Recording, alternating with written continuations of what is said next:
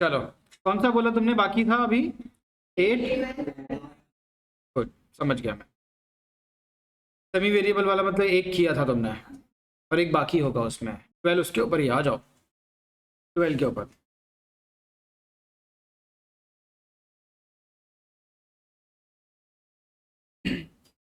याद है semi variable वाला क्वेश्चन? रिवाइज करके आए हो ना, होमवर्क करते हो ना तुम लोग? Mrs. Ariba Private Limited has a normal production capacity of 36,000 units of toys per annum. तो एक साल में ये लोग 36,000 टॉयज बना सकते हैं अगर नॉर्मल कैपेसिटी पे काम किया तो। The estimated cost of production are as under. Material 40 रुपए पर यूनिट, लेबर 30 रुपए पर यूनिट। लेबर मतलब वेजेस। लेकिन है ना, उसमें एक कंडीशन है। क्या है वेजेस में condition? Subject to minimum of. हाँ, अभी वर्कर्स का भी एक कंसर्न होगा ना कि सर आप हमको 1 यूनिट का 30 रुपए देते हो। मान लो किसी महीने आपका बिजनेस अच्छा नहीं चल रहा है, बराबर ना, तो फिर हमको तो कुछ काम मिलेगा नहीं, बराबर। और फिर हमारा पगार ही नहीं आएगा कुछ तो उस महीने, मतलब आपका बिजनेस नहीं चलेगा, उसमें हम मर जाएंगे फिर तो हमको कुछ तो श्योरिटी दो कि मिनिमम कुछ तो मिलेगा अपने को। तो कंपनी ने बोला है कि हम आपको 1 यूनिट का 30 रुपए देंगे, बाकी अगर किसी महीने कम काम होता है तो मैं आपको बोलता हूँ 48,000 तो आपको दिया ही जाएगा। तो मिनिमम का मतलब इन्होंने बोल दिया है कि आपको गारंटी मिलती है 48,000 रुपीज़। क्या है क्या?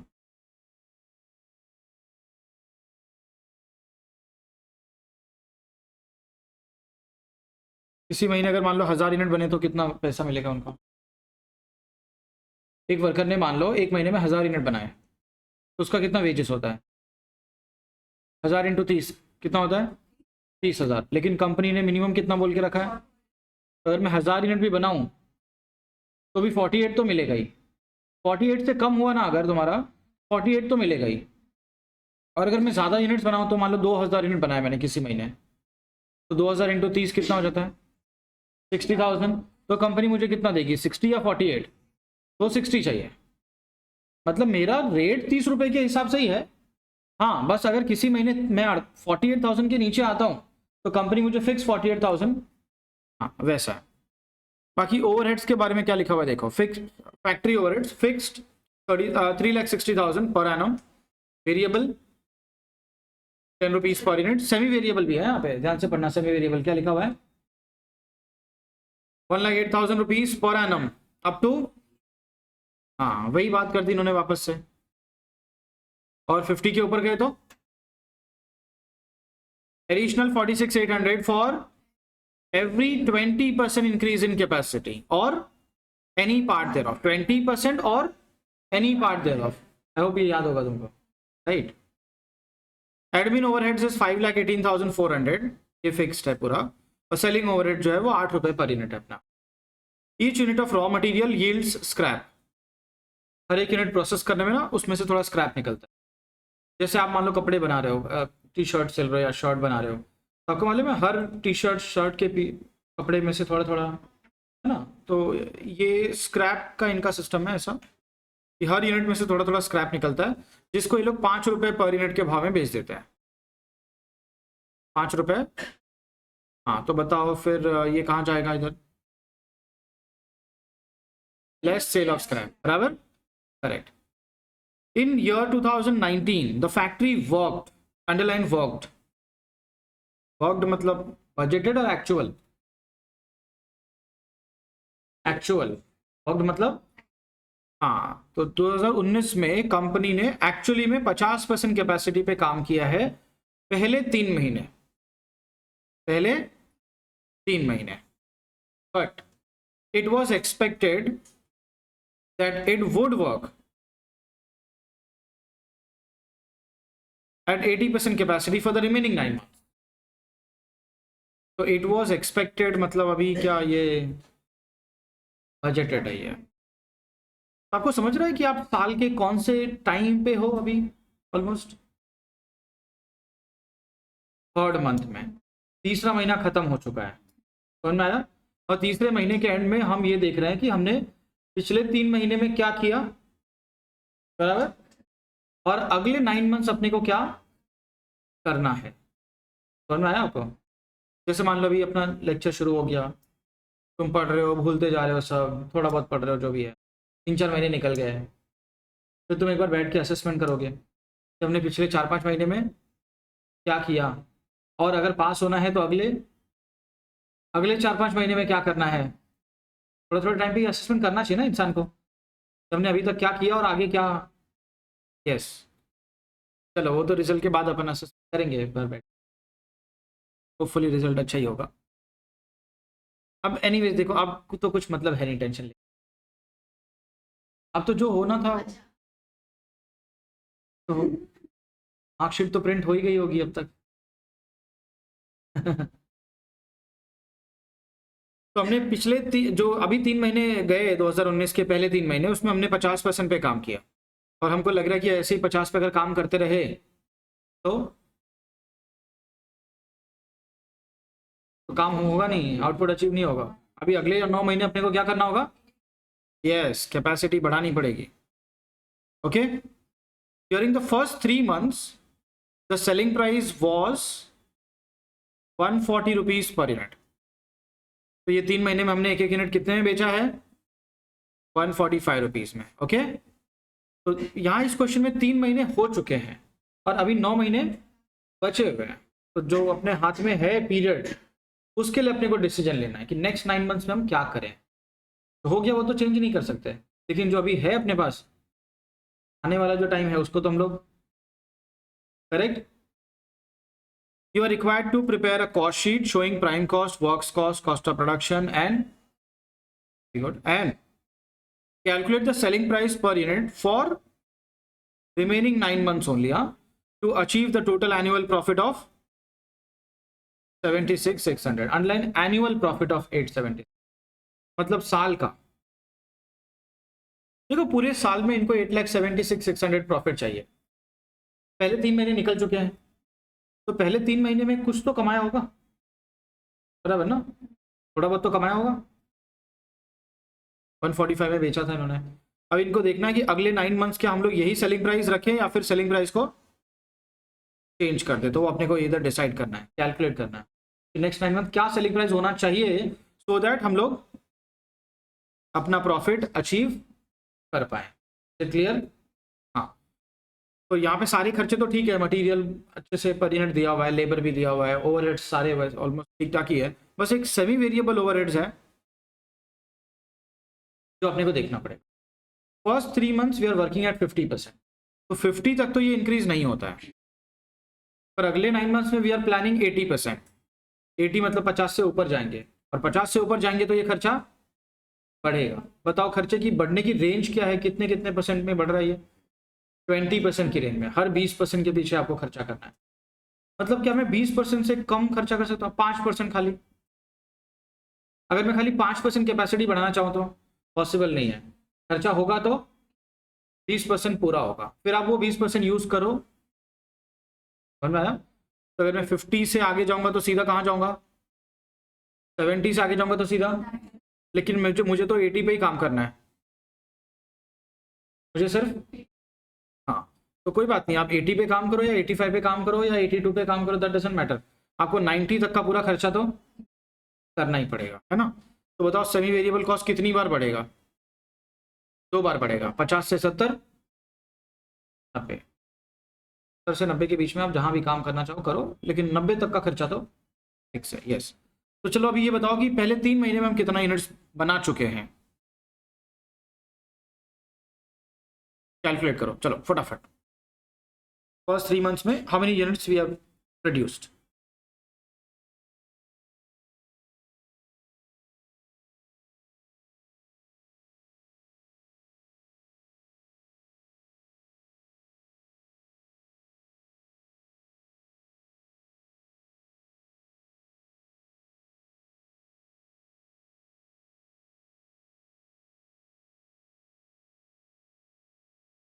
$4,500, राइट?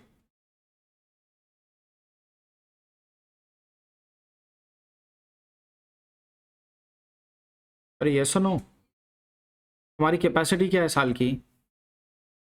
36,000। लेकिन मैं आपको कितने महीने का आंसर पूछ रहा हूँ? तो इंटू 3/12, और वो भी 3 महीने भी हमने पूरा काम किया है क्या? इंटू 50%, तो लिख दो।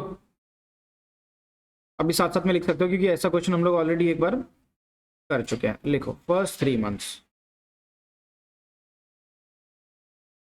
First 3 months it will be 36,000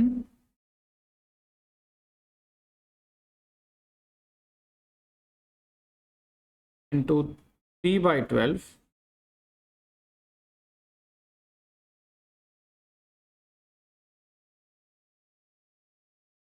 into 50%।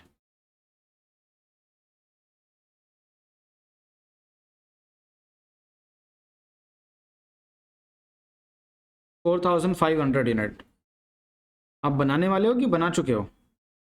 हाँ, ये पहले 3 महीने में हमने बना लिया है। और what about the remaining 9 months? चलो उसका भी कैलकुलेशन बता दो मुझे। How many units you are planning to produce in the remaining 9 months?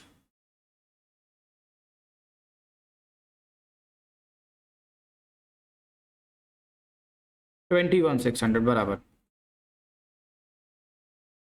36,000 into 9/12, correct.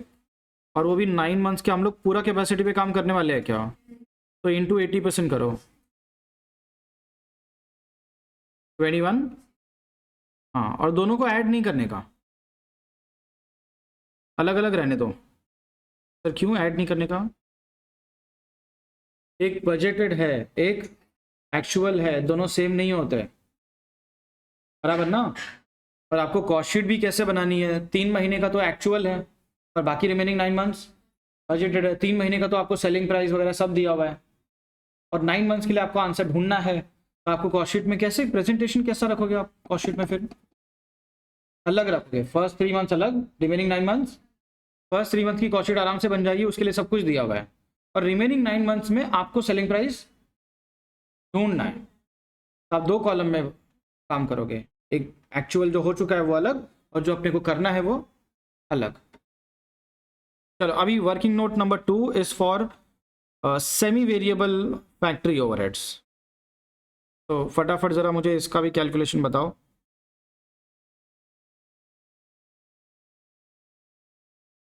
तुम पहले रफ में आंसर लाओ और आंसर बताओ मुझे। पहले 3 महीने कितना होगा और नेक्स्ट रिमेनिंग 9 मंथ्स कितना होगा?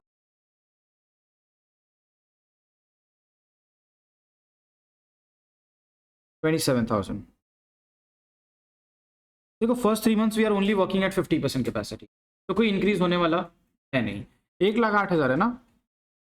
1,08,000 क्या साल का है, और हमने काम किया सिर्फ, तो 3 महीना कर लो।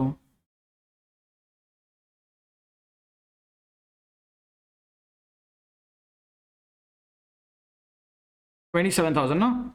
हाँ, और अब बात करते हैं रिमेनिंग 9 मंथ्स की।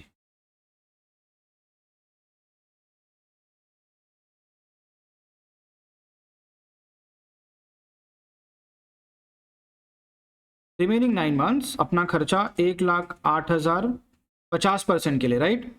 अपने को और खर्चा करना होगा, 20% कैपेसिटी बढ़ाएंगे तो उसमें 46,800 लगेगा ना? पर 46,800 का खर्चा करके मैं कहाँ तक पहुंचूंगा? खाली 70 तक पहुंचूंगा, पर मुझे कहाँ जाना है? 80 पे जाना है, बराबर ना? तो कहीं ना कहीं फिर मुझे ये खर्चा 2 बार करना होगा, करेक्ट ना?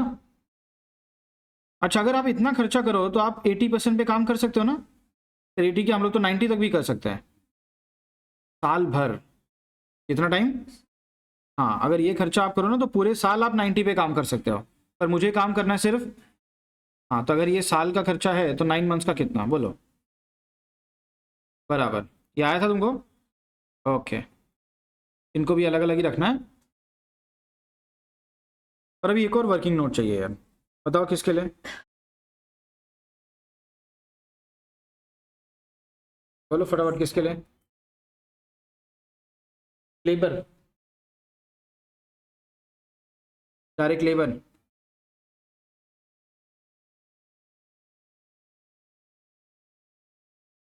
करना पड़ेगा ना वर्किंग नोट। देखो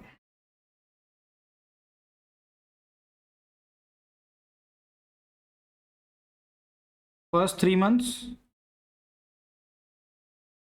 एंड रिमेनिंग 9 months। अभी बताओ कि इन्होंने कितने नंबर ऑफ यूनिट्स पहले 3 महीने में बनाए। 4500।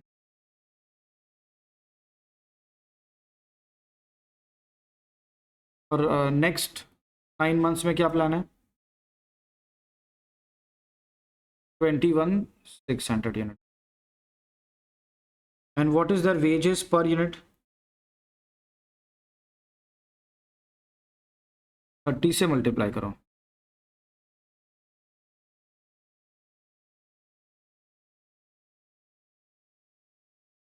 तो इनका इनका इनका जो टोटल वेजेस आएगा on the basis of production, on the basis of, हाँ, क्वांटिटी देख के वो कितना आएगा? और इधर 648। इसको मैं ए बोल देता हूँ। चलो एक तो ये हो गया। पर हमने इनको कुछ मिनिमम भी गारंटी देके रखी है ना। हाँ, तो what is their minimum wages?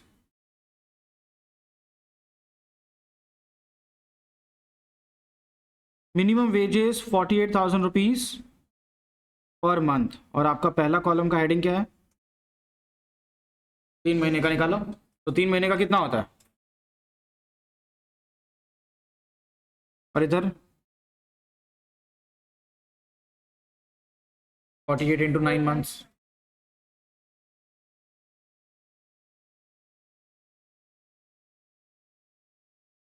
तो बताओ जरा वेजेस पेएबल कितना होगा अपना?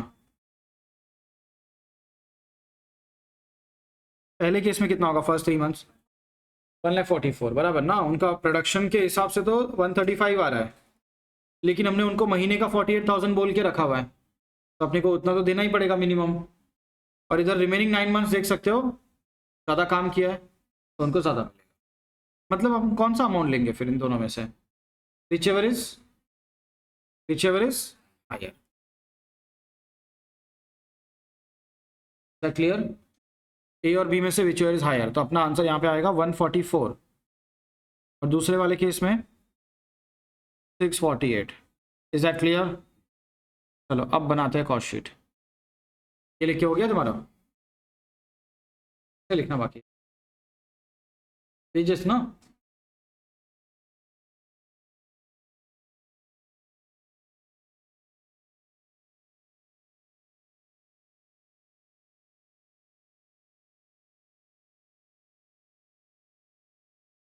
Cost sheet for the year क्या लिखा हुआ है, कुछ है? अच्छा, तो डॉट डॉट डॉट ऐसा ठीक है।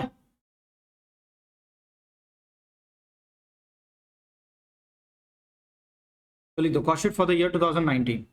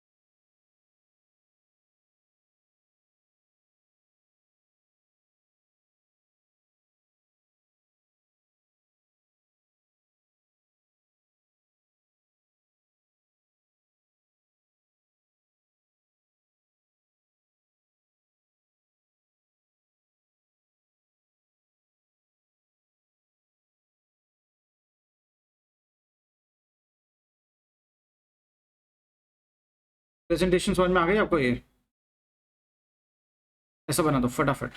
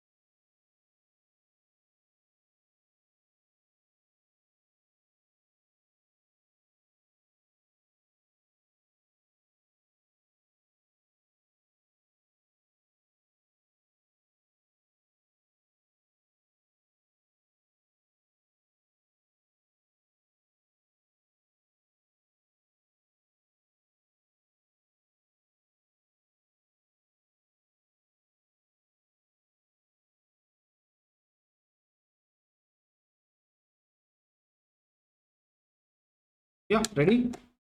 चलो फिर पहला खर्चा बोल दो, कौन सा आएगा? लिखो डायरेक्ट मटेरियल। पर यूनिट दिया हुआ है कि टोटल दिया हुआ है? तो पर यूनिट में लिख दो दोनों जगह पे और नंबर ऑफ यूनिट से मल्टीप्लाई कर दो। फिर डायरेक्ट वेजेस का तुमने वर्किंग किया हुआ है, वहां से ला के लिख दोगे तो ये आ जाएगा प्राइम कॉस्ट।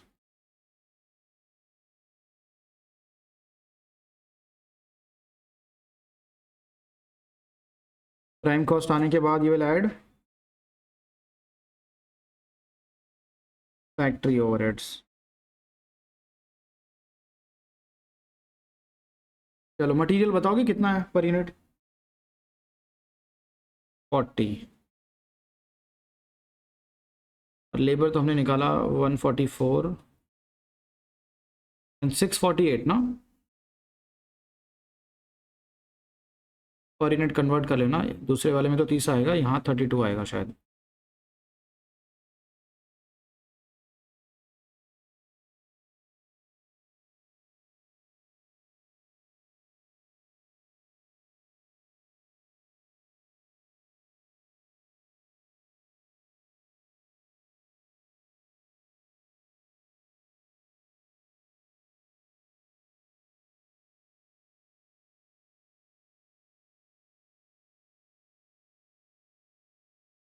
फिक्स खर्चा कितना है फैक्ट्री का? और कैसे बांटोगे उसको? 3/12 एंड 9/12। कैपेसिटी से फर्क नहीं पड़ता फिक्स खर्चे को। 3 महीने का खर्चा अलग, 9 महीने का खर्चा अलग। वो 3 महीने में आप कितना कैपेसिटी पे काम करते हो डजेंट मैटर, 3 महीने का जो खर्चा है वो तो होगा। तो फिक्स में लिखोगे 3,60,000 इंटू 3/12।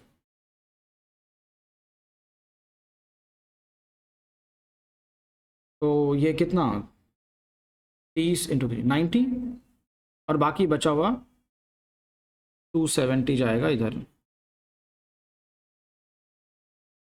फिर वेरिएबल का क्या बोला इन्होंने पर यूनिट? तो पर यूनिट में 10 लिख दो और नंबर ऑफ यूनिट से मल्टीप्लाई कर दो। सेमी वेरिएबल का तुमने वर्किंग किया हुआ है।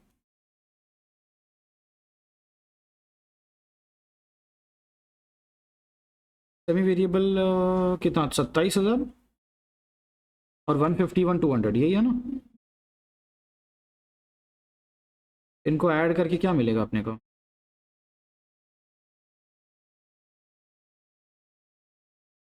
WIP तो है नहीं, तो ग्रॉस बोलो या सीधा फैक्ट्री कॉस्ट लिख दो। और यहाँ पे सेल ऑफ स्क्रैप है तो वो माइनस होगा फैक्ट्री कॉस्ट में से, लेस सेल ऑफ स्क्रैप। और 1 यूनिट का कितना मिलता है अपने को? हाँ, तो पर यूनिट में 5 रुपये लिखो, तो उसको नंबर ऑफ यूनिट से मल्टीप्लाई कर लो।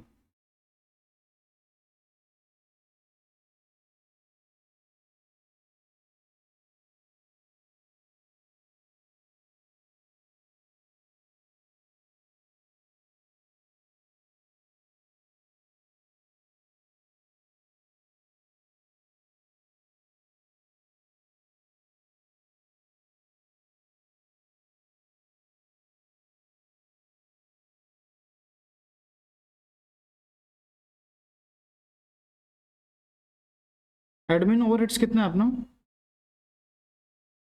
5,18,400, बराबर। और उसको बांटेंगे कैसे? अभी सेम वैसे ही, ये भी फिक्स है, तो 3/12, 9/12। कितना है 3/12?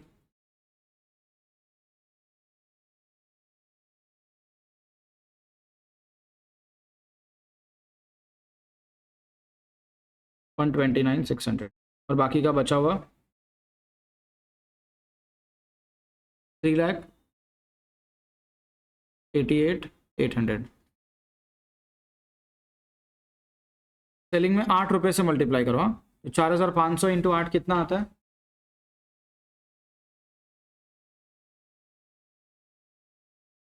36।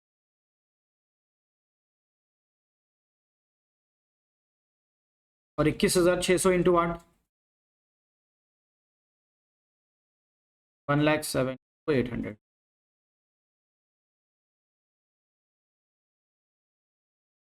ये सेल ऑफ स्क्रैप कितना आया था? 22,500।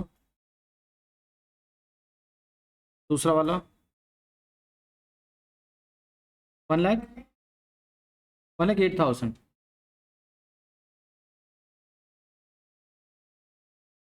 सेल ऑफ स्क्रैप माइनस करना होगा फैक्ट्री कॉस्ट में से, सीओजीएस मिलेगा ना, कॉस्ट ऑफ प्रोडक्शन सीओजीएस एक ही है, because there is no stock, right.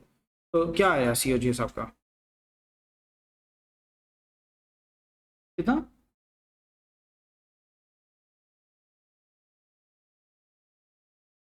तो फर्स्ट का ज़्यादा आना चाहिए, पी प्राइम कॉस्ट ही ज़्यादा होगा।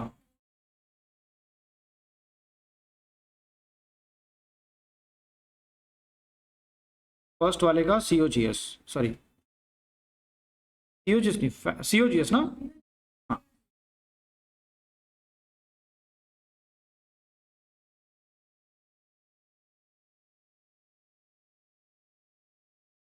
2041,200।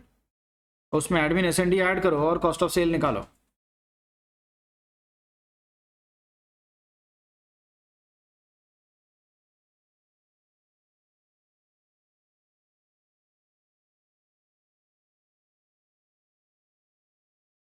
कॉस्ट ऑफ सेल्स,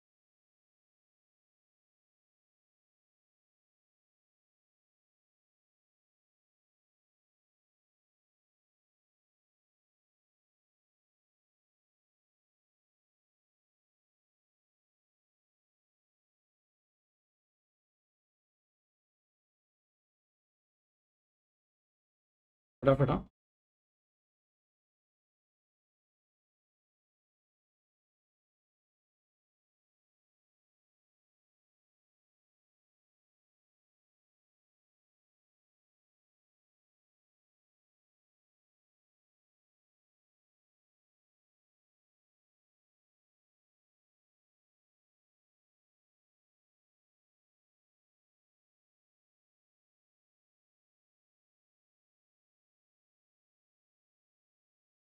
बोला 6 लाख।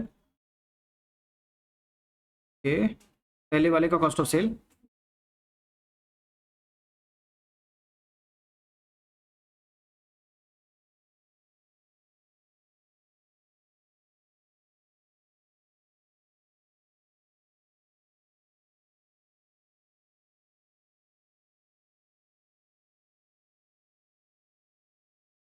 पहले 3 महीने का सेलिंग प्राइस मालूम है आपको? पर यूनिट में लिख दो 145, खाली फर्स्ट 3 मंथ्स में। और आपने फर्स्ट 3 मंथ्स में कितने यूनिट्स बेचे हैं, तो मल्टीप्लाई करो 4,500 से। 652। हाँ तो अब प्रॉफिट बैलेंसिंग फिगर हो जाएगा, वो निकालो। 23,000 कितना आ रहा है कुछ, 23,000। तो पहले 3 महीने में हमने कितना प्रॉफिट कमा लिया है, और हमको पूरे साल का कितना प्रॉफिट चाहिए, तो बताओ नेक्स्ट 9 मंथ्स में कितना प्रॉफिट आपको कमाना पड़ेगा। 853। हाँ तो ऐड करो, बताओ कितना आ रहा है। 6 + 8 34, 3455। हाँ बराबर 800 है ना, 800 और 200 है 34। और इसको डिवाइड बाई 21,600 कर लो, 160 रुपये आ रहा है क्या। मतलब अगले 9 महीने अपने को सेलिंग प्राइस क्या करना होगा, बढ़ाना पड़ेगा 160 पे। और एक एस्ट्रिक मार्क करके वो दिखा देना कि आपको 853 200 कैसे आया, कैसे आया बोलो। 876। यस।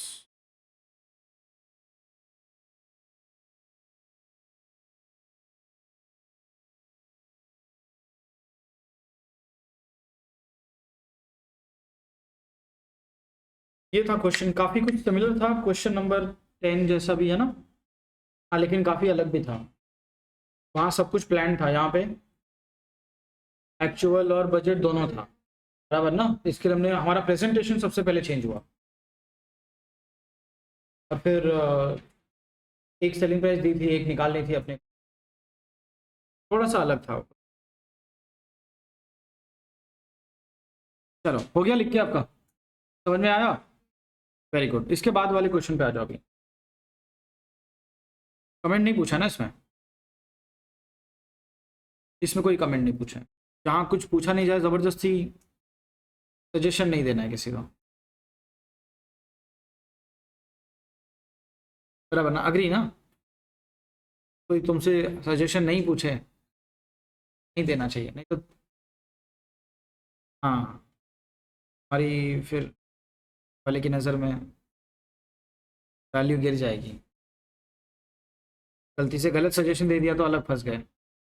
अच्छा बोलो ही मत, कोई पूछे तो सजेशन दो। चलो एनीवेज अभी नेक्स्ट क्वेश्चन पे आते हैं, नेक्स्ट क्वेश्चन नंबर 13। और ये भी अच्छा एग्जाम में आ चुका है पहले। XYZ manufacturing firm has revealed the following information for 30th of September 2019. 1st September 30th September, first बोला मतलब ओपनिंग, 30th September बोला तो closing. Raw material stock is given, WIP stock is also given.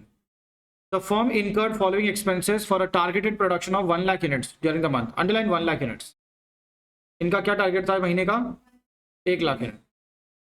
Consumable stores and spheres of the factory, कहाँ जाएगा ये, factory overhead. ये indirect materials हो गए, ये क्या है, ये स्टोर्स एंड स्पेयर्स है ना, स्पेयर पार्ट्स और दूसरे जो कुछ क्लीनिंग विनिंग मटेरियल होंगे, ये जो भी रखा होता है, जैसे मान लो यहाँ पे वो फिनाइल विनाइल रखा होगा, पोछा ओछा रखा होगा, ये सब क्या है, वो कंज्यूमेबल स्टोर्स है, ठीक है। सिमिलरली मान लो खाने पीने के लिए भी कुछ रखा हुआ है, मान लो फॉर एग्जाम्पल मेरे लिए, मैं ब्रेक में जाऊँगा तो कुछ खा पी लूँगा, कॉफ़ी रखी हुई है मान लो, दीज आर कंज्यूमेबल स्टोर्स। ये हमारे बिजनेस के लिए डायरेक्ट मटेरियल नहीं है, कॉफ़ी का हमारे इस टीचिंग से इसमें कोई यूज़ नहीं है, मार्कर इज डायरेक्ट, बट हाँ कंज्यूमेबल स्टोर्स एंड स्पेयर्स बोलते हैं, कंज्यूमेबल्स। ओके इसको कहाँ रखोगे, हाँ मार्क करते जाना, factory overhead. Research and development, उसका R&D का अपना हेडिंग है। क्वालिटी कंट्रोल का भी अपना हेडिंग है। Primary packing, sorry packing cost secondary, secondary है, सेकेंडरी इज S&D, हाँ सेकेंडरी इज S&D, मालूम है ना आपको सेकेंडरी का, वो कार्टन्स में पैक करोगे आप या कंटेनर्स में भरोगे, ये सब पैक आम जैसे मान लो पेटी में भर रहे हैं हम लोग, पेटी पेटी लकड़ी वाली पेटी, एंड कंज्यूमर क्या है, वो एक दो खरीदेगा डजन में। जो बड़ी बड़ी पेटियाँ होती है ना जिनमें भर के आता है, वो बड़ी पेटियों में आता है। फिर जो रिटेलर होगा या फिर होलसेलर भी होगा, वो क्या करता है फिर उसको छोटे छोटे बॉक्सेस में भर देता है, बॉक्सेस खरीद के लेके आता है, उसको 1 डजन 2 डजन के बॉक्सेस बना के भर देगा। पर वो क्या है, वो फार्मर 1 डजन 2 डजन करके नहीं भरता, वो पेटी में भरता है वो। किलो के हिसाब से भरता होगा कि भाई 10 किलो भी, काउंटिंग के हिसाब से जैसे भी। पर वो जो लकड़ी की पेटी होती है वो सेकेंडरी है, समझा। और वो जो बॉक्स होता है 1 डजन 2 डजन वाला, वो प्राइमरी पैकिंग बोल सकते हो आप, क्योंकि वो कस्टमर लेके घर पे जाता है ना, उसके बिना कैसे सेल होगा। हाथ में तो नहीं देंगे ना आम, ये लो 6 आम गिन के, बॉक्स में देंगे ना उसको। तो इट इज़ प्राइमरी। और जो पेटी में भर के आया वो, यस। तो secondary is always S and D. Lease rent of production asset. Production asset मतलब भाई असेट्स, प्लांट एंड मशीनरी हो सकता है, रेंट पे लिया हुआ इन्होंने। फैक्ट्री ओवरहेड, रेंट पे करोगे वो किधर जाएगा, फैक्ट्री ओवरहेड। अब 2 लाख रुपया लिखा हुआ महीने का मतलब हम यूज़ करें नहीं करें, मशीन ले लिया है रेंट पे, तो 2 लाख रुपये महीने का देना होगा। It is not related to production. Admin overhead general heading है इसका। तो सेलिंग एंड डिस्ट्रीब्यूशन एक्सपेंसेस वो भी दिया हुआ है। फिनिश गुड्स ओपनिंग कुछ भी नहीं है, नील। Finish goods closing 5000। तो ये जो 5000 बचा होगा वो किस में से बचा होगा, जो हमने बनाया उसी में से बचा होगा, क्योंकि पुराना तो कुछ समझ में आया। तो जो आप बेच रहे हो और आपके पास जो बचा है वो सब नए वाले ही हैं, आपके पास कुछ भी पुराना नहीं है। Effective output which is 4% of targeted production realises 61 rupees per unit. तो इन्होंने क्या लिखा हुआ है कि भाई आपका 4% यूनिट्स जो है वो आउटपुट डिफेक्टिव निकलेगा, जिसको आप 61 रुपीज में बेचोगे। तो ये क्या हो गया अपने लिए, sale of scrap type. Closing stock is valued at cost of production, मालूम है ना अपने को, इनको बताने की। COGS excluding admin expense amounts to 78,26,000। COGS दिया हुआ है, कुछ समझ में आ रहा है आपको क्या बोलना चाह रहे हैं लोग, कभी भी नहीं समझा। COGS दिया, इसका मतलब क्या, हाँ कुछ ना गायब किया होगा ना, और उसके लिए फिर अपने को शायद रिवर्स जाना पड़ेगा, ये भी जानते हो ना। चलो आगे। डायरेक्ट एम्प्लॉइज कॉस्ट मतलब direct labour is 1/2 of raw material consume. तो जितना रॉ मटेरियल कंज्यूम्ड आएगा उसका half is direct wages. Selling price is 110 rupees per unit. You are required to calculate the value of materials. मालूम ही था, बहुत predictable हो गया, 2 क्वेश्चन ऑलरेडी सॉल्व कर चुके हो। जैसे COGS दे दिया ना, तो मुझे मालूम था परचेज गायब करेंगे ये लोग, कुछ थोड़ा भी वैरायटी लेके नहीं आते ये लोग, कुछ और गायब करते हैं इस question. Prepare cost sheet showing the profit earn by the, ठीक है। चलो वही स्टोरी है, यहाँ पे भी मटेरियल नहीं है तो कंज्यूम नहीं आएगा। अगर मटेरियल का अमाउंट नहीं है तो रॉ मटेरियल कंज्यूम नहीं आएगा, और कंज्यूम नहीं मिलेगा तो उसका आधा वेजेस होता है वो भी नहीं मिलेगा, तो प्राइम कॉस्ट ही गायब हो जाएगा अपना। प्राइम कॉस्ट ही नहीं होगा तो फिर फैक्ट्री ओवरहेड्स ऐड किस में करोगे, तो फैक्ट्री कॉस्ट का अमाउंट भी नहीं आएगा, मतलब COGS तक अपने को ऐसे ही खाली जाना होगा। फिर जैसे COGS मिला फिर उसके बाद हम लोग रिवर्स जाएंगे और पूरी पूरी कॉस्ट शीट धड़ाधड़ रेडी हो जाएगी, राइट। चलो स्टार्ट कर ही देते हैं। अच्छा पहले तो आप कुछ वर्किंग बताओ मुझे कि हमारा इस क्वेश्चन में जो है ना प्रोडक्शन क्वांटिटी कितना होगा।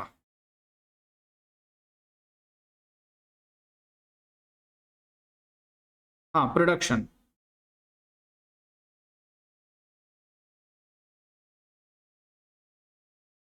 एक लाख तो टारगेटेड आउटपुट था, 96,000, 96,000 ना। क्वेश्चन में बोला हुआ ना कि हमारा 1 लाख जो टारगेटेड आउटपुट है उसमें से 4% डिफेक्टिव निकल जाएंगे। तो अगर आप 1 लाख का टारगेट बना रहे हो तो आपको 96 ही मिलेगा, 96,000 यूनिट्स। और आपका सेल्स क्वांटिटी कितना आएगा फिर, 91। कैसे, क्लोजिंग स्टॉक बचा हुआ है, यस। तो ये 96,000 माइनस 5,000,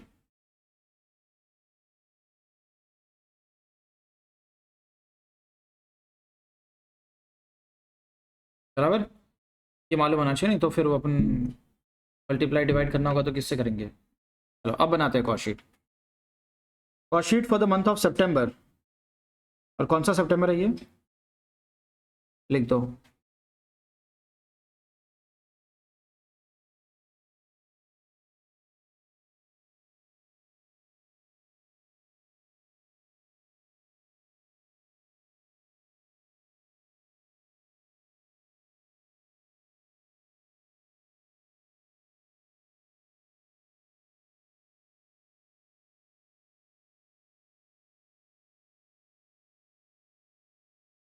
अमाउंट के 2 कॉलम बनाना और एक पर यूनिट का भी कॉलम बनाना।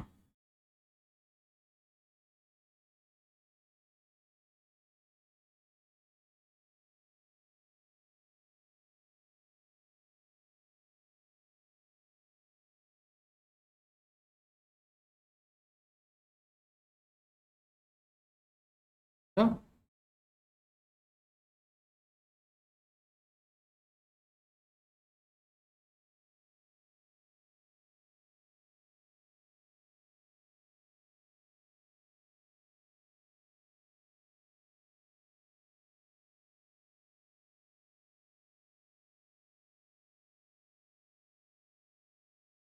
चलो फटाफट क्वेश्चन की शुरुआत कर देते हैं। लिख दो number 1 raw materials consumed.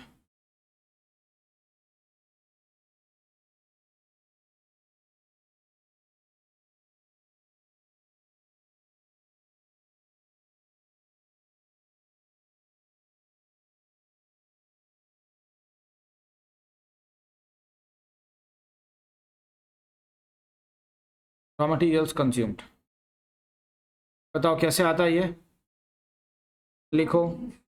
Opening stock कितना है, रॉ मटेरियल का ओपनिंग स्टॉक, हाँ तो इनर कॉलम में लिखना 242 प्लस परचेज, बोलो मालूम है आपको, वही तो ढूंढना है अपने को, माइनस क्लोजिंग स्टॉक,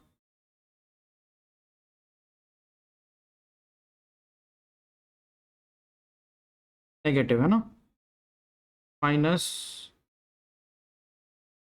292। तो बताओ आउटर कॉलम में क्या लिखूं मैं, कुछ भी नहीं लिख सकता, एक अमाउंट मालूम ही नहीं अपने को, तो तुम तो नहीं लिखोगे ऐसा, मैं लगा देता हूँ क्वेश्चन मार्क, राइट। चलो नेक्स्ट, फटाफट बोलो, लिखो डायरेक्ट वेजेस, और अमाउंट में क्या लिखोगे, क्वेश्चन मार्क। ये क्वेश्चन मार्क्स बढ़ते ही जा रहे हैं। Prime cost is also question mark.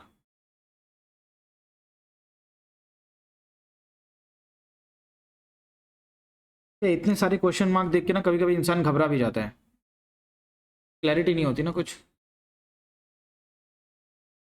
जब आगे की क्लैरिटी नहीं दिखती तो टेंशन में आ जाता है। नेक्स्ट, क्या क्या है इसमें, क्या क्या दो, लिख दो फटाफट लिखो। Consumable stores and spheres,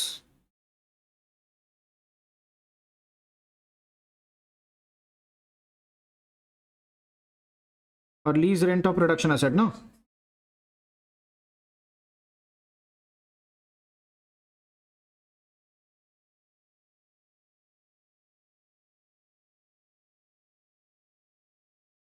consumable stores and spares how much, 350, और लीज रेंट 2 lakhs, ऐड कर लो 5,50,000। तो इसको जिसमें ऐड करना है प्राइम कॉस्ट में, वो प्राइम कॉस्ट का अमाउंट अपने पास है ही नहीं, तो एक और question mark. Gross factory cost,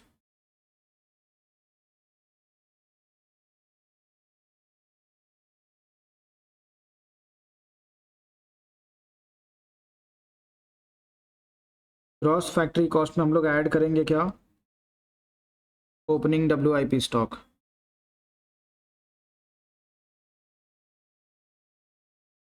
और लेस क्लोजिंग WIP स्टॉक।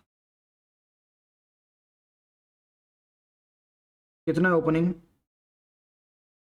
और क्लोजिंग? +2 lakhs -5 lakhs पर एडलेस करके जो फैक्ट्री कॉस्ट आएगा वो मालूम नहीं।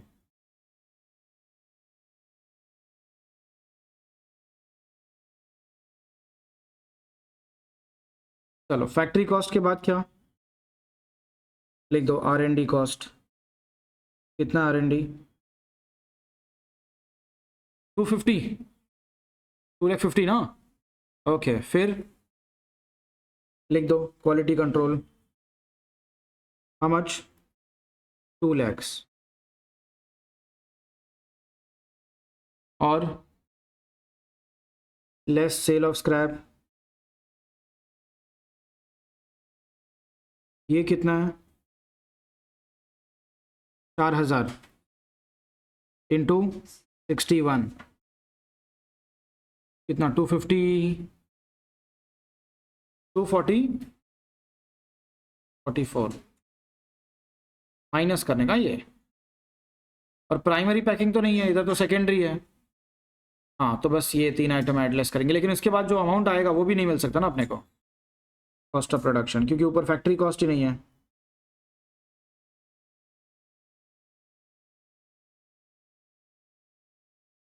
कोई बात नहीं, कॉस्ट ऑफ प्रोडक्शन के बाद ओपनिंग स्टॉक तो है नहीं, तो सीधा लेस क्लोजिंग स्टॉक।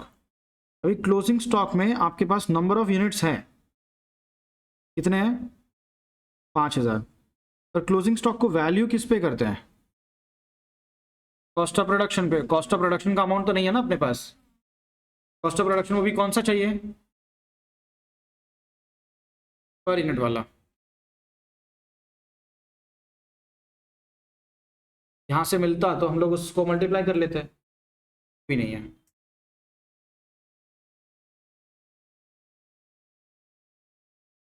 ये क्वेश्चन मार्क और बढ़ते ही जा रहे हैं सब। कोई बात नहीं, कभी ना कभी तो कुछ ना कुछ तो सोल्यूशन मिलेगा ही। कॉस्ट ऑफ गुड्स सोल्ड कितना है ये?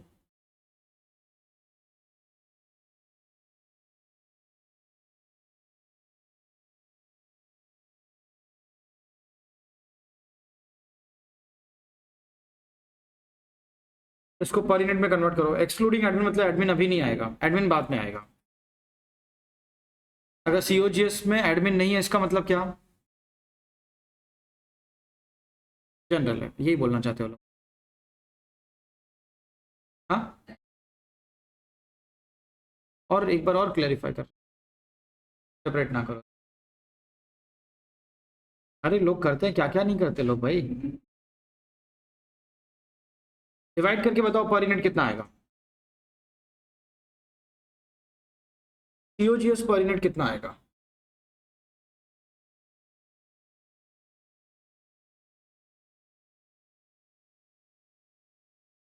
$86। चलो अब उल्टा जाते हैं। अब बताओ आपके क्लोजिंग स्टॉक की वैल्यू क्या होगी? 86 पे ही वैल्यू करना पड़ेगा। आई यू श्योर आपको 86 पे वैल्यू करना होगा? कुछ नहीं बोला ऐसा,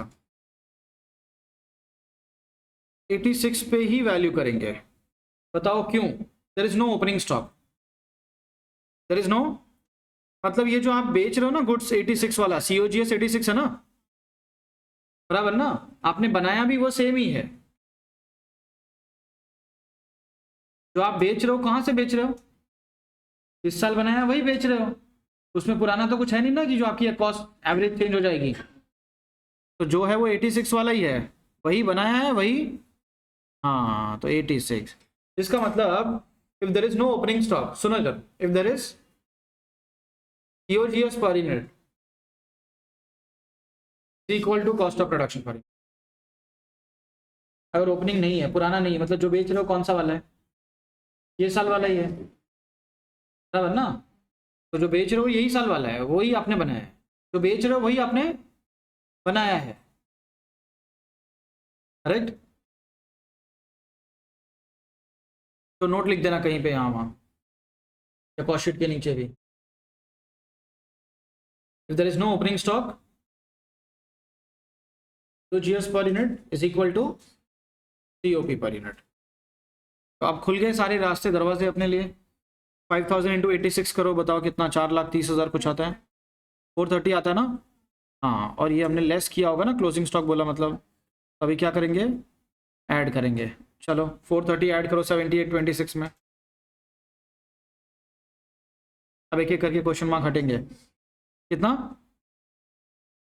8256। अभी 8256 में 244 ऐड होगा और बाकी के ऊपर के दो नंबर लेस होंगे।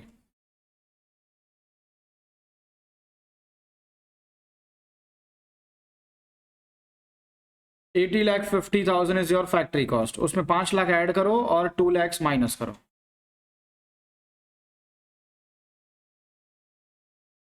$83,50,000।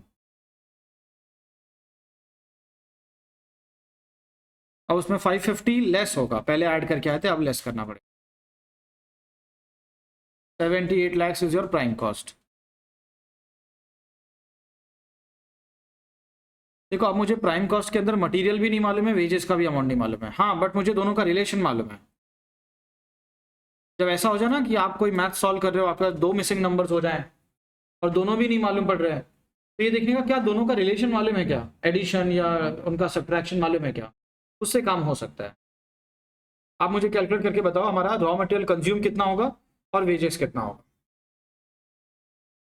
बराबर, perfect, correct. 26 lakh and 52 lakhs. चलो अब यही बता दे सबको कि कैसे आया। हाँ,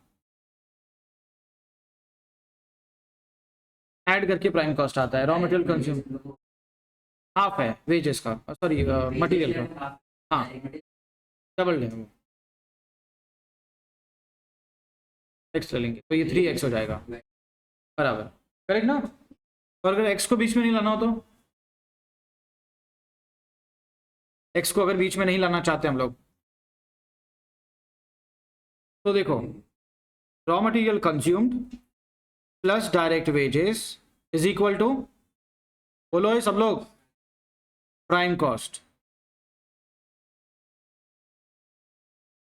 और इन्होंने क्या बोला है कि अगर रॉ मटेरियल मान लो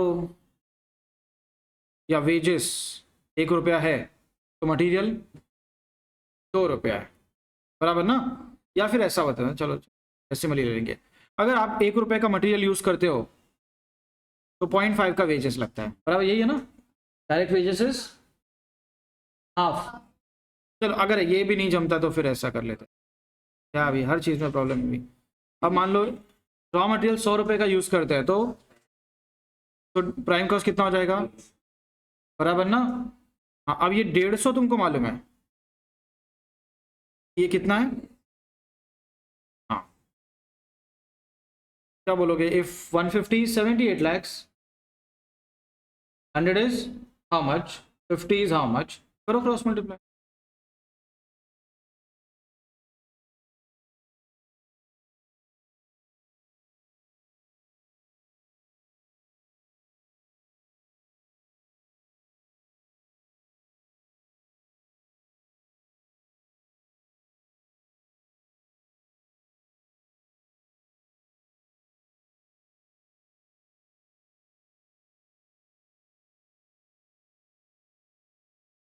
समझ में आया। अब लिख दो ये 52 और 26। अब बताओ परचेज कैसे निकालोगे, 52 plus 292 minus 242, 52,50,000। Is that clear. Yes, तो ये सीओजीएस तक का काम हो गया। अब बताओ सीओजीएस के बाद क्या क्या आएगा। अभी इसमें हम लोग ऐड करेंगे एडमिन ओवरहेड्स, दिया हुआ ना क्वेश्चन में, एडमिन ओवरहेड जनरल ऐसे करके लिखा हुआ है कुछ। हाँ, और उसके बाद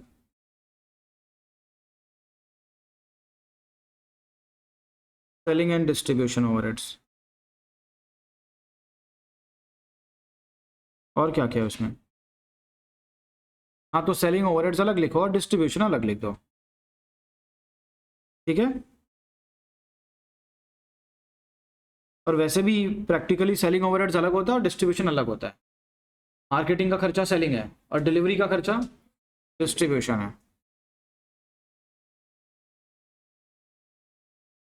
वो तो क्या दोनों ऑलमोस्ट एक जैसे नेचर के हैं, तो हम लोग एक साथ कर लेते हैं उनको।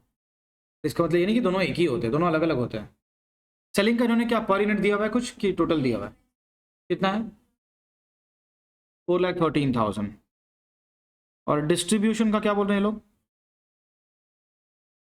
2 रुपये। तो 2 रुपये इंटू कितने यूनिट्स आपने बेचे हैं जो डिलीवर किए होंगे, कर लो। 1,82,000।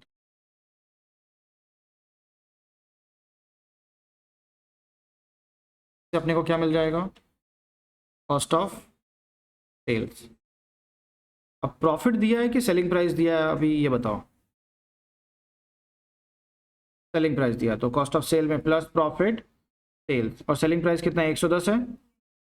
तो 110 इंटू 91,000, देखो कितना आ रहा है, 1,08,00,000 या कुछ ऐसा।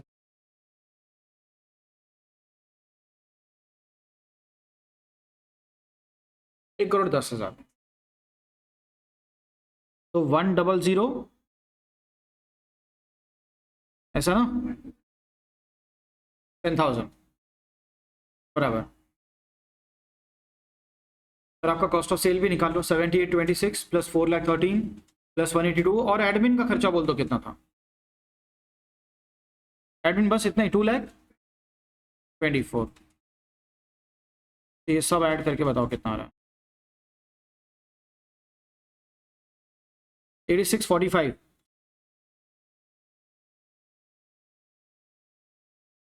1365।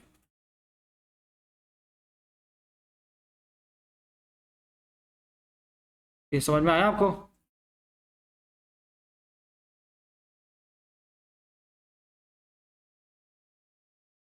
इजी था। एक चीज सोचनी पड़ी यहाँ पे ना, cost of production, COGS per unit, वो नॉलेज होना चाहिए आपको। जब ओपनिंग स्टॉक है ही नहीं, तो फिर हम जो बेच रहे हैं वो कौन सा बेच रहे हैं? फ्रेश प्रोडक्शन ही तो बेच रहे हैं, जो बनाया है वही बेच रहे हैं। आपका सीओजीएस और सीओपी सेम ही है फिर तो। कि अगर आपके पास ओपनिंग स्टॉक होता है ना, तो आपका जो सीओजीएस है वो चेंज हो जाता है। क्यों? बिकॉज नए गुड्स के साथ पुराने गुड्स भी है। हो सकता है पुराने गुड्स की कॉस्ट पर यूनिट अलग है क्योंकि वो पिछले साल बने थे। ये साल का अपना कॉस्ट ऑफ प्रोडक्शन अलग होगा।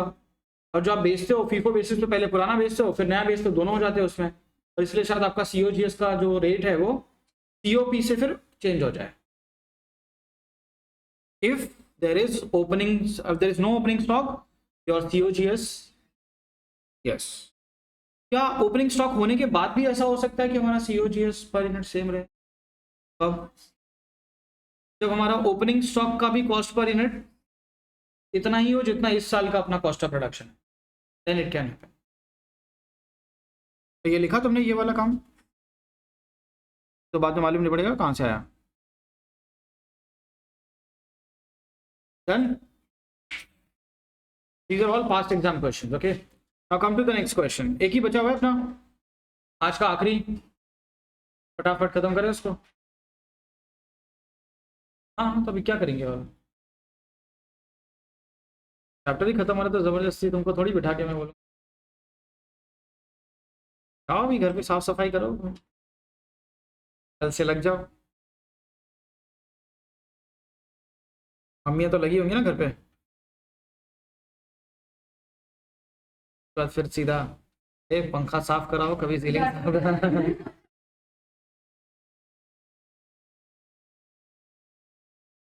आएगा मम्मी लोगों को। चलो क्वेश्चन नंबर 8 ना, 8 थोड़ा अतरंगी क्वेश्चन है। तो ये सोच रहा जिस एग्जाम में आया था ये, फिर बच्चों की तो फिर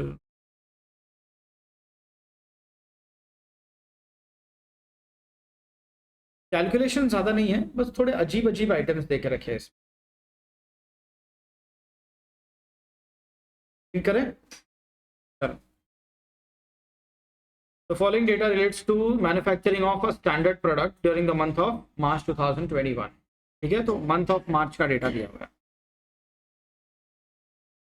stock of raw material on 1 March opening on, फिर WIP ऑन 1 मार्च, ये भी ओपनिंग है। Purchase of raw material, carriage inward add हो जाएगा उसमें। फिर direct wages, cost of special drawing, drawing के बाजू में लिख दो direct expenses. Drawing and design होता है ना, आप कोई भी प्रोडक्ट बनाओगे तो उसके पहले उसका ड्राइंग, और क्या, और कौन सा ड्राइंग्स, हाँ अकाउंट्स पढ़ पढ़ के पागल हो गया तुम। ड्राइंग्स मतलब कैपिटल ड्राइंग बोल रहे हैं। फिर higher charges paid for plant, अभी अभी आया था ना, lease rent. Lease rent higher charges उसी को बोलते हैं। हायर पे लेना मतलब कोई चीज़ भाड़े पे लेना। तो factory overhead. Return of raw material, purchase return, purchase में से माइनस आएगा, less from purchase. Carriage on return, carriage on return, अब जो मटेरियल मान लो हम लोग लेके आ गए, या तुम कहीं से मान लो सामान ले, तुम अंधेरी जाके या कहीं दादर या चर्च गेट जाके कुछ शॉपिंग करके आते हो, ठीक है, घर पे आके मालूम पड़ा कि ये तो डिफेक्टिव है, तो तुम वापस रिटर्न करने गए। ठीक है, रिटर्न तो कर दोगे, पैसा तो मिल जाएगा, लेकिन आपको नहीं लगता रिटर्न करने के लिए फिर से जाना होगा? तुम्हारा आने जाने में मान लो 500 रुपये खर्च हो गया वापस, नहीं हो सर, ये तो इससे खर्चा और बढ़ रहा है। अब इसको कौन सा खर्चा माने हम लोग? क्या ये प्रोडक्शन से डायरेक्टली रिलेटेड है? मतलब अगर गुड्स बनाने तो उसके लिए परचेज रिटर्न, तो अबनॉर्मल, मतलब ये तो अबनॉर्मल नहीं बोलेंगे, होता है बिजनेस में, लेकिन इसका प्रोडक्शन के साथ कोई रिलेशन नहीं है। ऐसे थोड़ी कि आपको 10 यूनिट बनाने तो एक रिटर्न करना ही पड़ेगा, there is no such relation with output, तो it is not a direct expense. कहाँ जाएगा ये? Factory overhead. कहाँ जाएगा ये? यस, तो ये पहली बार आया है ऐसा ही है। कुछ लोग गलती से क्या करते हैं मालूम है, इसको परचेज रिटर्न वाले अमाउंट में ऐड कर लेते हैं, कि जैसे परचेज में कैरेज ऐड होता है, जैसे परचेज रिटर्न में उसका कैरेज ऐड कर लो, फिर उसको परचेज में से लेस कर दो। लेस करने का मतलब हम खर्चा कम कर रहे हैं, ये तो खर्चा बढ़ रहा है, कम थोड़ी हो रहा है। समझ में आया क्या? तो गलती हो जाएगी फिर बहुत बड़ी, ऐसा मत सोचना। अगर सोचा हो तो फिर वो ख्याल आज ही अपने दिमाग से, के बाद नहीं आना चाहिए। आगे, expenses for participation in industrial exhibition. Yes,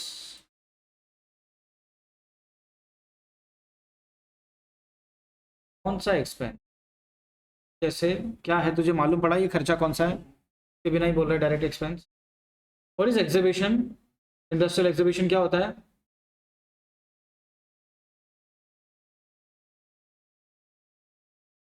क्या होता है एग्जीबिशन में? S&D यार, मार्केटिंग है ये। एग्जीबिशन में अपना प्रोडक्ट लेके जाएंगे।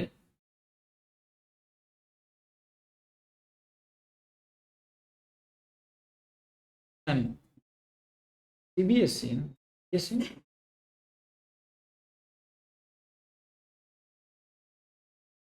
एग्जीबिशन क्या होता है? देखा होगा ना एग्जीबिशन। लीगल चार्जेस, एडमिन, यार ये मैनेजमेंट मैनेजमेंट का काम है, ऑफिस के काम है। सैलरी टू ऑफिस स्टाफ, ये भी admin. Maintenance of office building, ये भी admin. Depreciation on delivery van, S&D, yes. Warehousing, warehouse S&D। Warehouse factory नहीं होता है। वेयर हाउस मतलब क्या? गुड्स बना के वेयर हाउस में रखते हैं। पहले दिन देखा था ना अपन ने, इसमें 3 डिपार्टमेंट होते हैं। गुड्स बनाना और बेचना अपना काम है, बनाने के लिए फैक्ट्री, मैनेजमेंट के लिए ऑफिस, और बेचने के लिए ware house.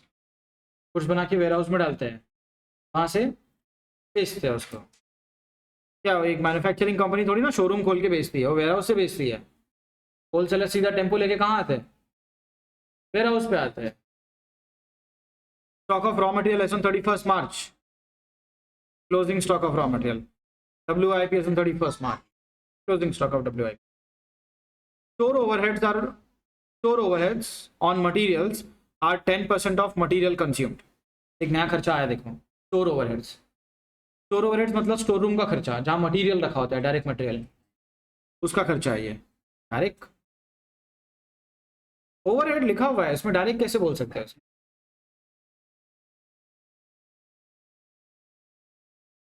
Store store store room. Store is related to material, मैंने पहले बताया था ना आपको. Store room related to material होता है, वेयर हाउस मतलब finish goods. Factory overheads are 20% of prime cost. ये लो, फैक्ट्री ओवरहेड्स तो अलग से देके रखा है इन्होंने, तो ये तो कैसे जाएगा? ओवरहेड लिखा हुआ है, डायरेक्ट कैसे हो सकता है? ओवरहेड का मतलब क्या होता है? All indirect cost. और ये कोई एसएनडी वेसेंडी तो है नहीं, ऑफिस एसएनडी भी नहीं बोल सकते इसको. यही तो कॉम्प्लिकेशन है. 10% of the output was rejected, and a sum of rupees 5,000 was realized on sale of. तो जो गुड्स हमने बनाए उसमें से 10% रिजेक्ट हो गए.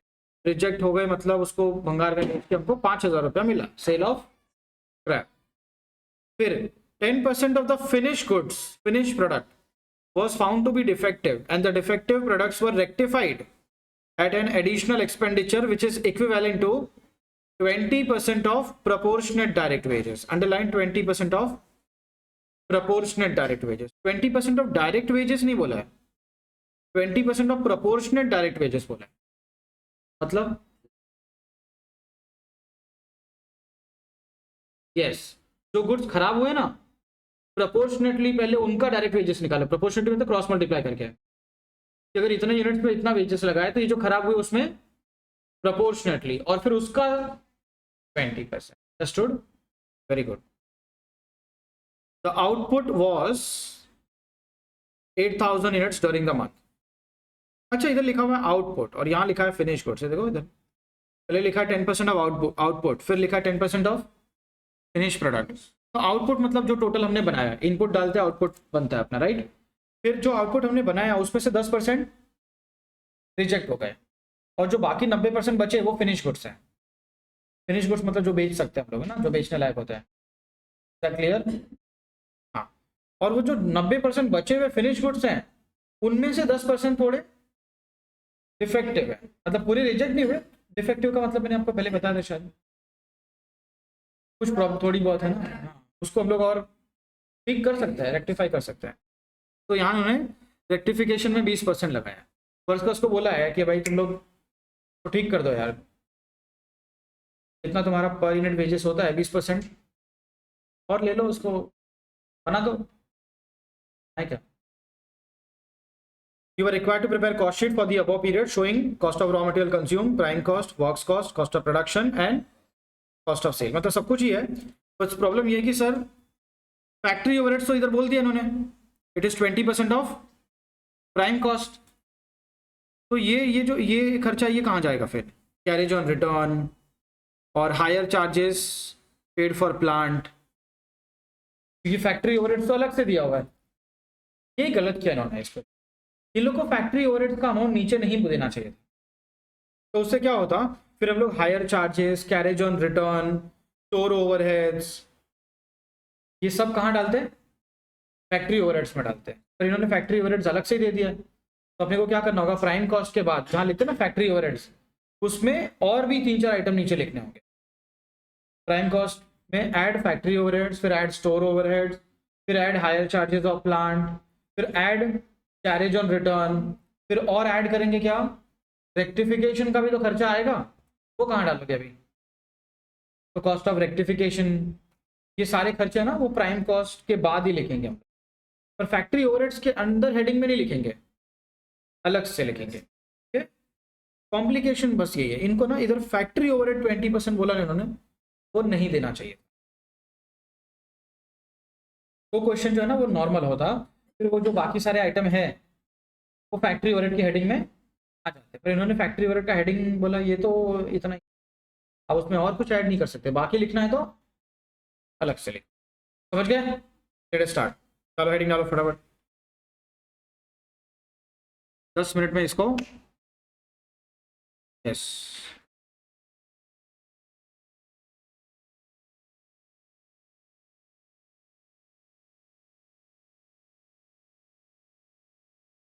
वीडियोस भी तो अपलोड होता है ना बाद में। अगर तुमको डाउट वाउट रहेगा तो तुम देख ही सकते। जो लोग नहीं आए वो लोग तो देख सकते हैं। ये बड़बड़ करती है आज क्यों नहीं?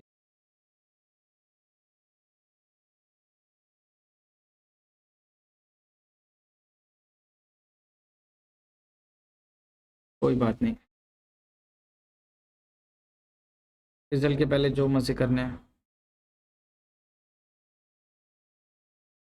लिखो question number 8, factory sorry cost sheet for the month of March 2021। फटाफट हेडिंग डालो और अमाउंट के 2 कॉलम बना दो। यहाँ कोई closing stock of finish goods नहीं है, फिनिश गुड्स का स्टॉक है ही नहीं। वो 8,000 हमने बनाया, उसमें से 10% खराब निकल गए, वो भंगार में बेच दिए। बाकी जो बचे हुए थे उनमें से 10% थोड़े डिफेक्टिव थे। लेकिन स्टॉक के बारे में कुछ नहीं बोला कि कुछ बचा है, ऐसा नहीं बोला हुआ है। समझ गए? इसका मतलब जो बनाया था सब बेचा है, वो खराब वाले छोड़ के बाकी सब बिक गए। पर्टिकुलर्स और अमाउंट के 2 कॉलम फटाफट। चलो पहले हेडिंग डाल दो, raw material consumed.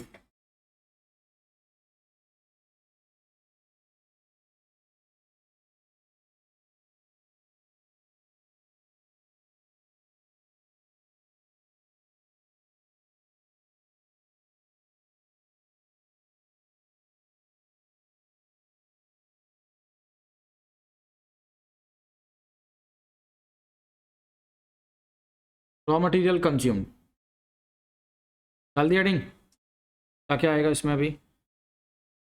Opening stock plus purchase plus carriage inward, और वो जो परचेज लिखोगे माइनस परचेज रिटर्न कर गया।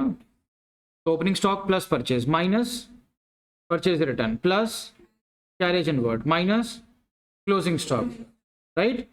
चलो स्टार्ट करो प्लीज।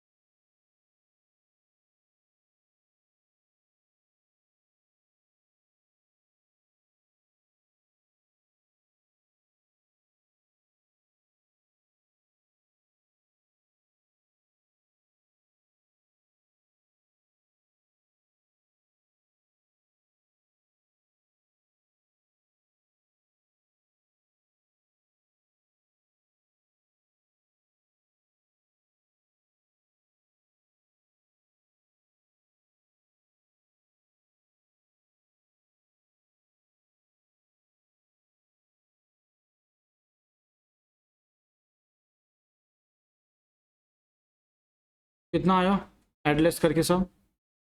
2,70,000, 2,30,000, 2,30,000 बराबर है।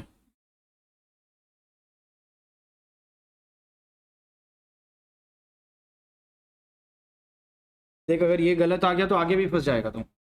ये स्टोर ओवरहेड्स क्या लिखा हुआ है? स्टोर ओवरहेड्स कितना है? 10% ऑफ, और मटेरियल कंज्यूम गलत हुआ।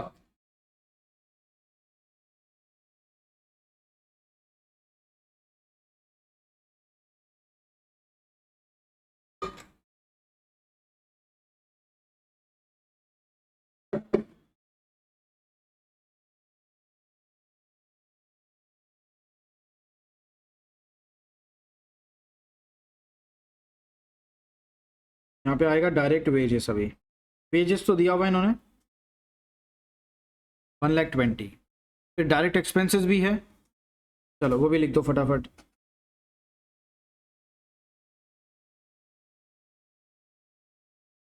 फटाफट बोलो, डायरेक्ट एक्सपेंसेस कितना?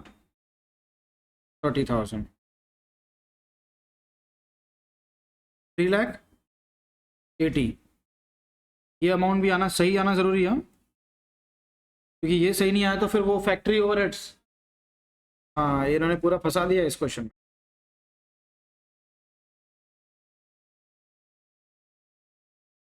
सोचो जिसने पहले कैरेज ऑन रिटर्न अगर परचेज में एडजस्ट कर दिया होगा तो उसका रॉ मटेरियल कंज्यूम गलत हो जाएगा। रॉ मटेरियल कंज्यूम गलत हुआ तो फिर स्टोर ओवरहेड्स गलत, प्राइम कॉस्ट भी गलत, प्राइम कॉस्ट गलत आया तो फैक्ट्री ओवरहेड भी गलत। फिर खाली मतलब आप क्वेश्चन में टाइम पास ही कर रहे हो, एग्जाम में कुछ मार्क्स मिलने वाला है नहीं। चलो नेक्स्ट, अभी बोलो प्राइम कॉस्ट के बाद यहीं पे मेन एडजस्टमेंट है इधर, ये इधर बहुत सारे नए आइटम्स है सब। तो प्राइम कॉस्ट के बाद फैक्ट्री ओवरहेड्स आता है जनरली, वो लिख दो पहले तो। कितना है ये? 20% ऑफ प्राइम कॉस्ट निकालो जरा, 76,000 बराबर।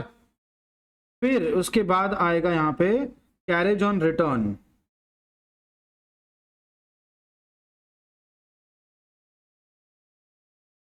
कैरेज ऑन रिटर्न 6,000 है। हाँ फिर हायर चार्जेस ऑफ प्लांट है ना इधर, 24,000।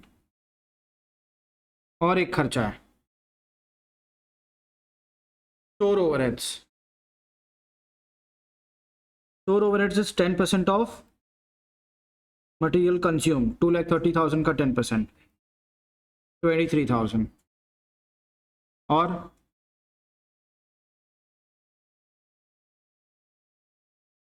एक और आएगा ना, yes, cost of rectification of डिफेक्टिव्स,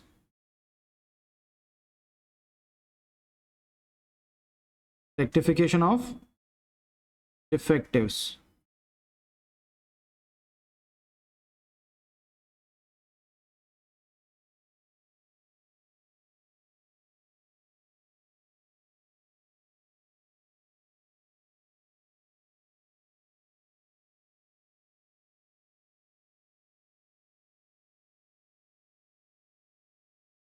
चलो बताओ अभी कितना है रेक्टिफिकेशन ऑफ डिफेक्टिव्स का खर्चा, उसके लिए एक वर्किंग नोट कर ले अपन।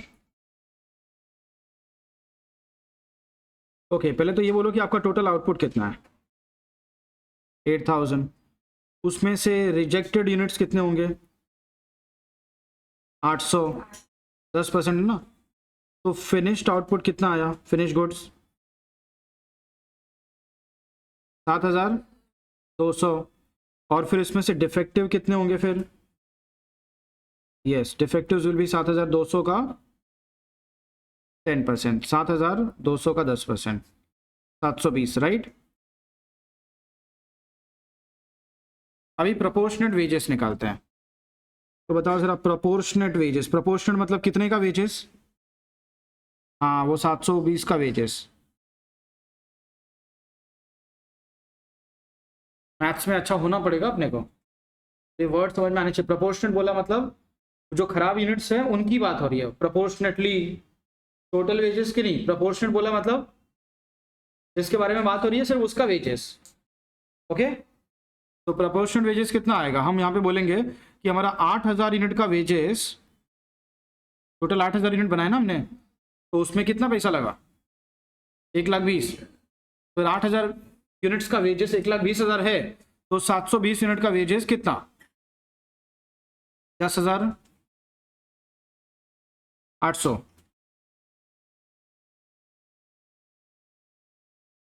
करेक्ट, ये प्रोपोर्शनेट वेजेस है, ये प्रोपोर्शनेट है। और अभी रेक्टिफिकेशन का खर्चा कितना आएगा? फिर हम लोग बोलेंगे इसका 20% ले लो वर्कर्स को।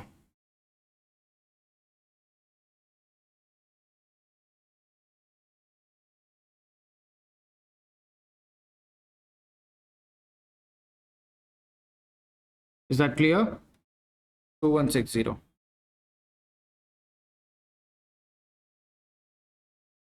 चलो अब ऐड करो और इसको बोलो gross factory cost.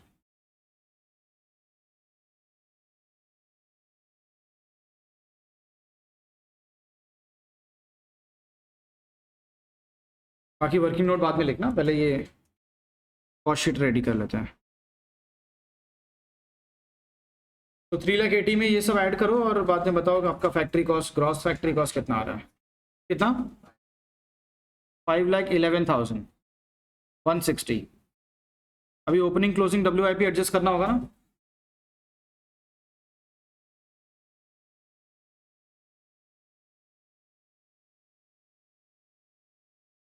Add opening WIP stock less closing WIP stock.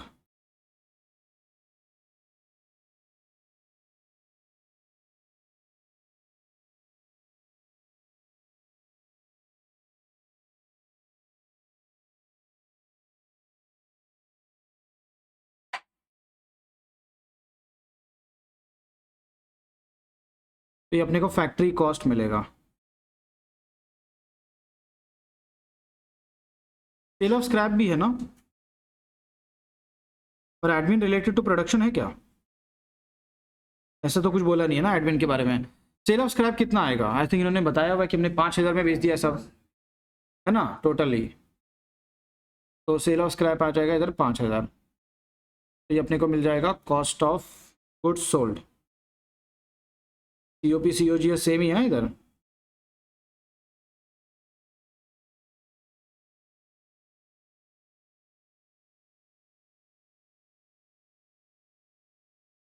और फिर इसमें आएगा एडमिन ओवरहेड्स।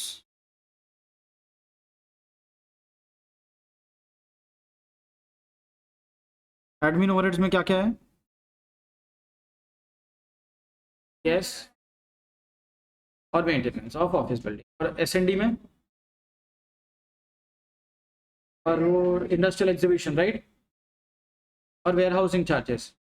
तीन है ना दोनों में, तो तीन इनर कॉलम में लिखेंगे, तो ऐड करके आउटर में डालेंगे, तो COGS में उनको ऐड कर लेंगे, तो अपने को कॉस्ट ऑफ सेल मिल जाएगा। करेक्ट? चलो खत्म कर दो इसको।